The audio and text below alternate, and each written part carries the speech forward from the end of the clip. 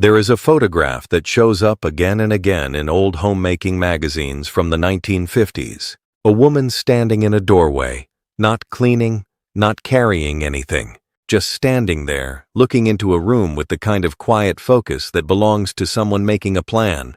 You can almost see her moving through the space in her mind, the curtains, the walls, the windows, the corners. She has not touched a single thing yet, but the work has already begun.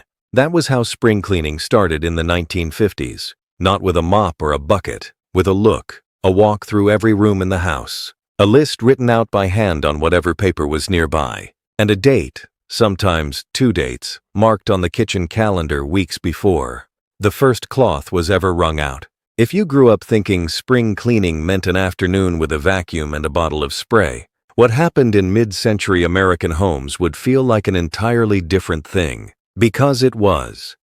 If this is the kind of forgotten home wisdom you want more of, go ahead and subscribe. There is a lot more where this came from.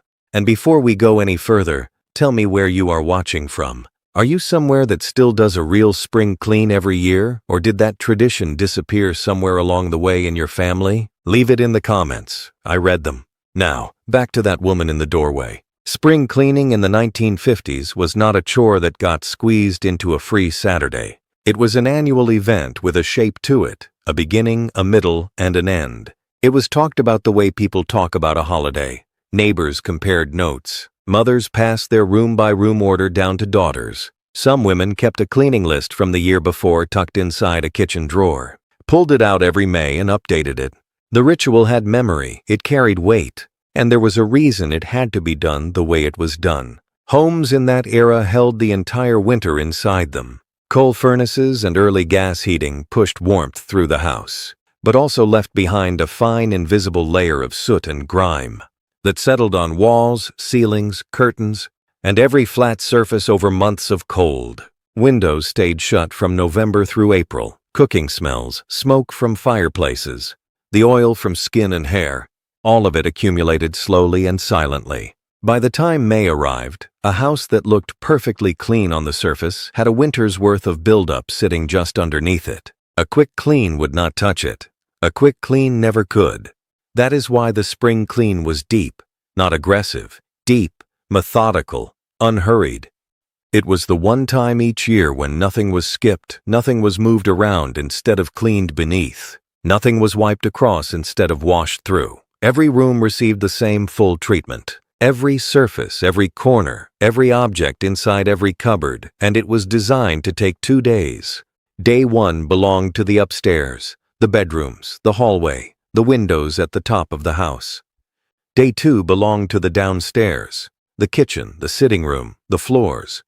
Each day had its own rhythm and its own order. You did not jump between rooms. You did not start somewhere and finish somewhere else. The progression moved through the house the way water moves downhill, in one steady, logical direction. The day before the cleaning itself, there was still one task left to do. The supplies had to be gathered.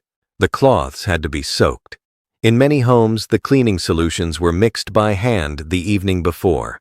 Vinegar and water, soft soap thinned with warm water, a paste made for stubborn grease. Nothing was grabbed from under the sink 5 minutes before starting. The preparation was part of the ritual. You came to the first morning of the clean with everything already ready, because the work itself was going to ask enough of you without also asking you to stop and search for what you needed. That readiness, that calm, deliberate preparation, was what separated the 1950s spring clean from every rushed, reactive cleaning session most of us have done in our own homes.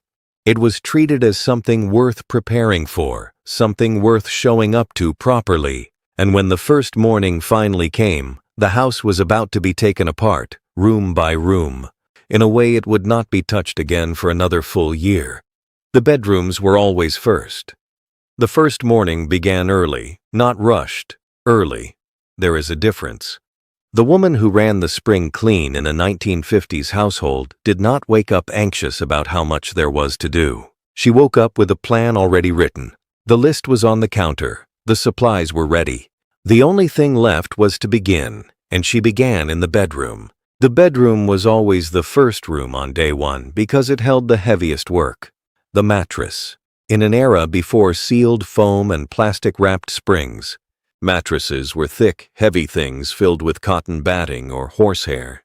They absorbed everything over a winter: body heat, moisture, dust, odor, in a way that modern mattresses still do, but that no one talks about anymore. In the 1950s, they talked about it, and they did something about it. The mattress was dragged to the window. In homes with enough space and good weather, it went outside entirely, propped against the porch railing or laid across two chairs in the yard. The goal was air and sunlight, both of which were understood to do something that no cleaning product could replicate. The mattress stayed out for hours while the rest of the room was worked on around it. By the time it came back inside, it had been turned, beaten lightly to shake loose what had settled, and left in the open air long enough that it smelled like the outside instead of the inside. The bedding followed the mattress outside. Sheets, pillowcases, and heavier blankets were washed and hung on the line to dry in the May air. This was not the everyday wash. This was the full wash. The blankets that had been folded at the foot of the bed all winter, the extra pillow covers from the linen closet, the things that had been used and replaced and used again without ever being given a proper long clean. Then the curtains came down. This is the task that has almost completely disappeared from modern homes, and it is worth pausing on because it changed the entire feeling of a room. Curtains in 1950s homes were heavy, lined, floor-length in many cases, or at least reaching well below the windowsill.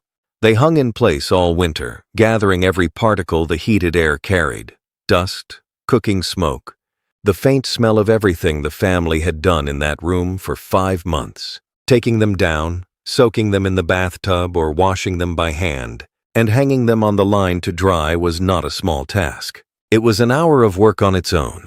But when they went back up, clean and pressed and smelling of nothing but clean fabric and outside air, the room felt different in a way that was immediate and physical. The light came through differently. The air in the room felt lighter. With the curtains down and the bedding on the line, the walls came next. Washing walls is the forgotten task. Mention it to most people today and they will pause, not quite sure what it means or why it would be necessary. In the 1950s, no one needed to explain it. Walls collected the same invisible winter layer that settled on everything else, a faint film of grease, soot, and dust that dulled the paint and darkened corners. A damp cloth wrung tightly and moved from ceiling to baseboard, section by section, wall by wall, was the only way to remove it. It was slow work. It required changing the water regularly because the water turned gray. But a washed wall looked brighter than it had in months, even if you could not have pointed to exactly why. The windows followed the walls, inside glass first, then outside. The frames wiped down, the sills cleaned out, and the sills in older homes often held a surprising amount of what had blown in through the winter seals. Window cleaning in the 1950s was done with vinegar water and old newspaper, rubbed in circles until the glass was clear enough to feel invisible. Cheap, simple, and effective enough that professional window cleaners still use the same basic method today. The light fixtures came down from the ceiling. Glass shades were carried to the kitchen sink, washed in warm, soapy water, dried carefully, and carried back. Bulbs were wiped, cords were checked. The fixture was replaced cleaner than it had been since the previous spring clean. The wardrobe was emptied completely, every shelf wiped, every drawer pulled out and cleaned inside. Winter clothes were assessed, mended if needed, stored if seasonal, removed if they no longer fit or belonged. Fresh paper sometimes went down on the shelves before the clothes went back. Mothballs from the winter were removed. The wardrobe smelled clean when it was closed again. This was the full morning and into the afternoon of day one. Hours of uninterrupted, methodical work. Not frantic, not multitasked across 5 other things. Just one room, worked through completely before moving to the next. Did every woman enjoy this? No. These were hours of physical labor. Arms tired, backs ached. The work was real and the work was long. But there was something in the completion of each room. The mattress back on the frame. The clean curtains rehung and the sun shining through. The walls bright, the wardrobe ordered. That produced a satisfaction that is difficult to name and almost impossible to get from a surface clean. The room was done, truly done. In a way, it would not need to be done again for a full year. By late afternoon, the upstairs was finished. The bedrooms quiet and clean. The hallway wiped down. The bathroom scrubbed properly, not just tidied. Downstairs was waiting, and the kitchen, the largest task of the entire 2 days, was where day 2 would begin. Day 2 started in the kitchen. It always started in the kitchen. Not because the kitchen was the easiest room, it was the hardest, but because everything else in the house flowed outward from it, and a spring clean that did not begin at the center would always feel incomplete, no matter how well the rest went. The first thing that happened was that every cupboard was emptied, not reorganized, not shifted around, emptied. Every tin, every jar, every stacked plate and folded cloth came out and went onto the kitchen table or the counter.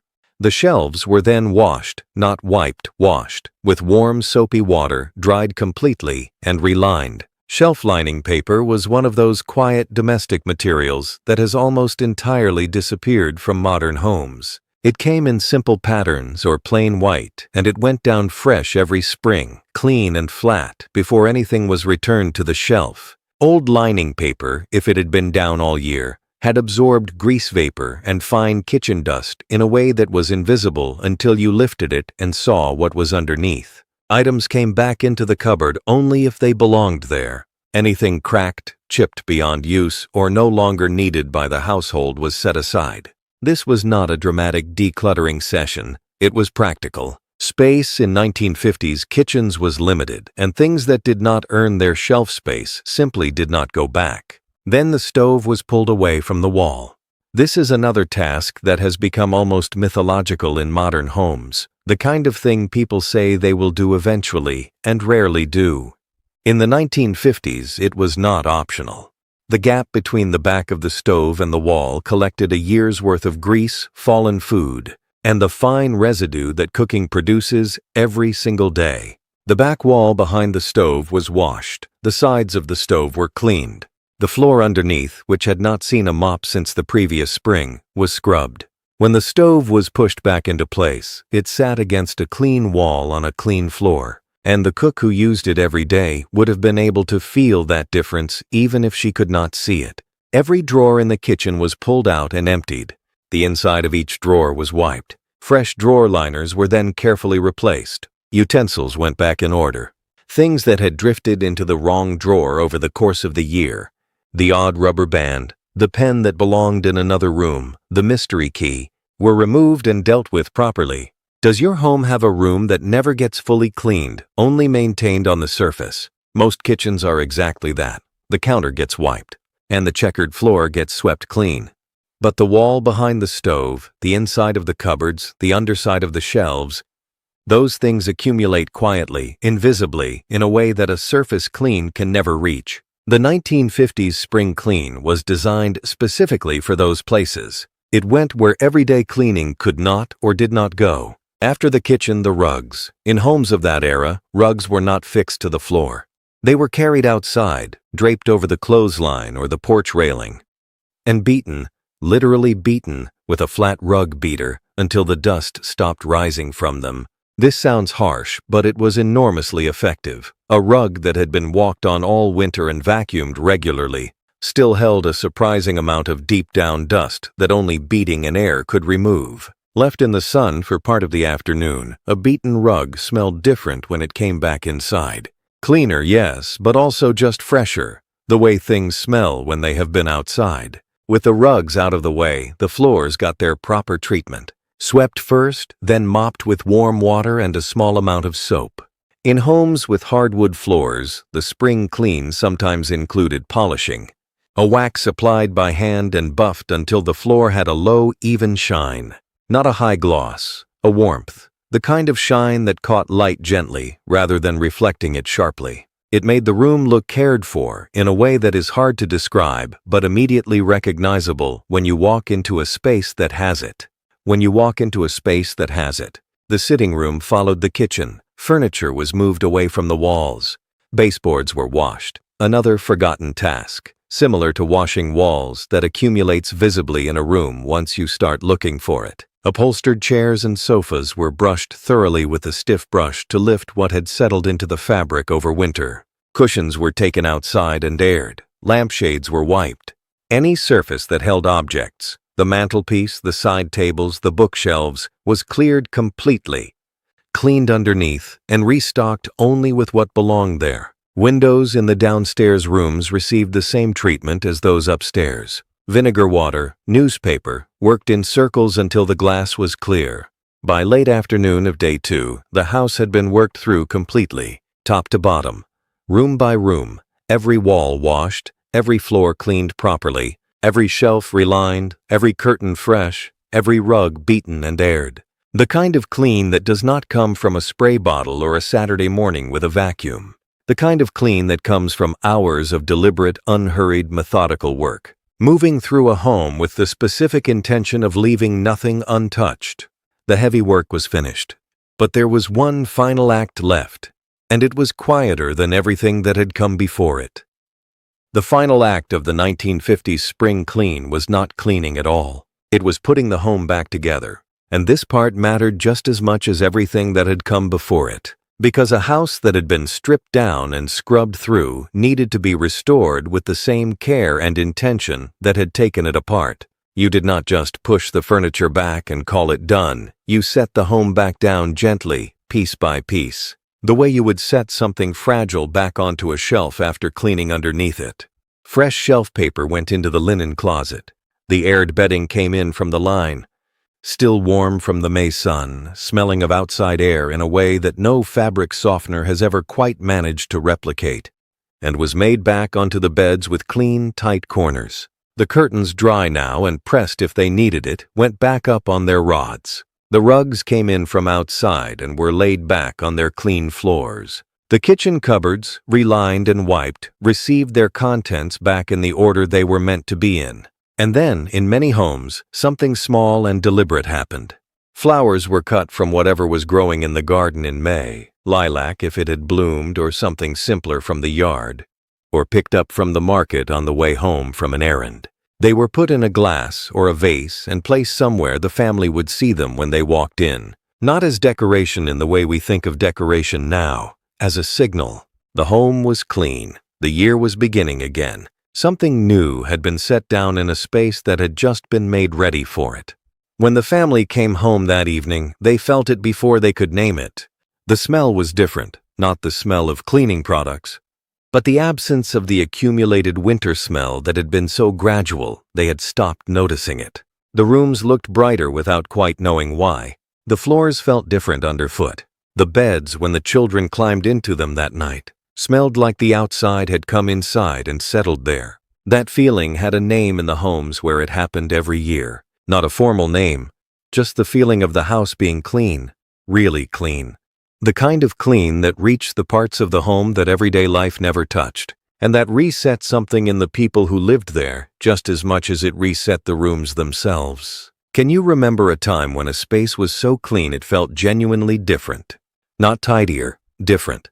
The air in the room changed. The light itself seemed clearer, washing over every surface. You moved through it more carefully, almost without meaning to, the way people move through something they do not want to disturb. That is what the families who came home to a finished spring clean felt, and that feeling lasted, not for a day, for weeks. The home held it. We stopped doing this, and it did not happen all at once. It happened gradually, the way most things disappear. Slowly enough that no single moment felt like a loss. Cleaning products improved and multiplied until every surface had its own dedicated spray, and every room had its own dedicated scent. The idea grew quietly and without anyone deciding it, that a home should always be clean and that if you were keeping up with your weekly routine, you should never need to go deeper. Convenience became the goal. Speed became the standard. The annual deep reset, the 2-day, room-by-room, wall-to-wall ceremony, stopped being passed down because it stopped being seen as necessary. But necessary and valuable are not the same thing.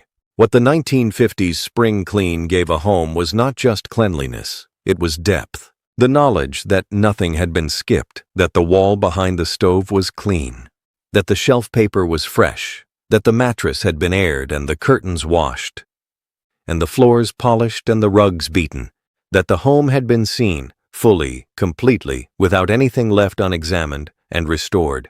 There is a particular kind of peace that comes from that knowledge, and it is different from the peace of a tidy house. A tidy house can still hold a winter's worth of quiet accumulation in its walls and its corners and its cupboards. A truly cleaned house holds none of it. You do not need 2 full days. You do not need a coal-heated home, or a clothesline or a rug beater, or any of the specific conditions that made the 1950s spring clean what it was.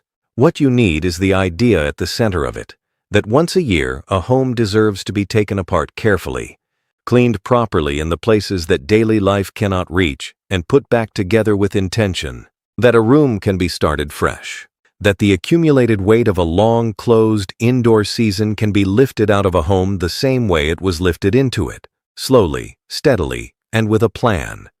The woman in the doorway at the beginning of this, the one standing still and just looking, she was not wasting time. She was doing the most important part of the whole ritual. She was deciding that her home deserved it, that the work was worth doing, that the feeling waiting on the other side of 2 days of labor was real and worth arriving at. The window she cleaned at the end of day 2 let in the May light differently than it had the day before. The house was quiet. The year had a clean place to begin from. That is still possible. It begins the same way it always did, with a look, a list, and a decision to go all the way through. If this kind of forgotten home wisdom speaks to you, subscribe so you do not miss what is coming. There is a great deal more that was known, practiced, and quietly lost, and it is worth finding again.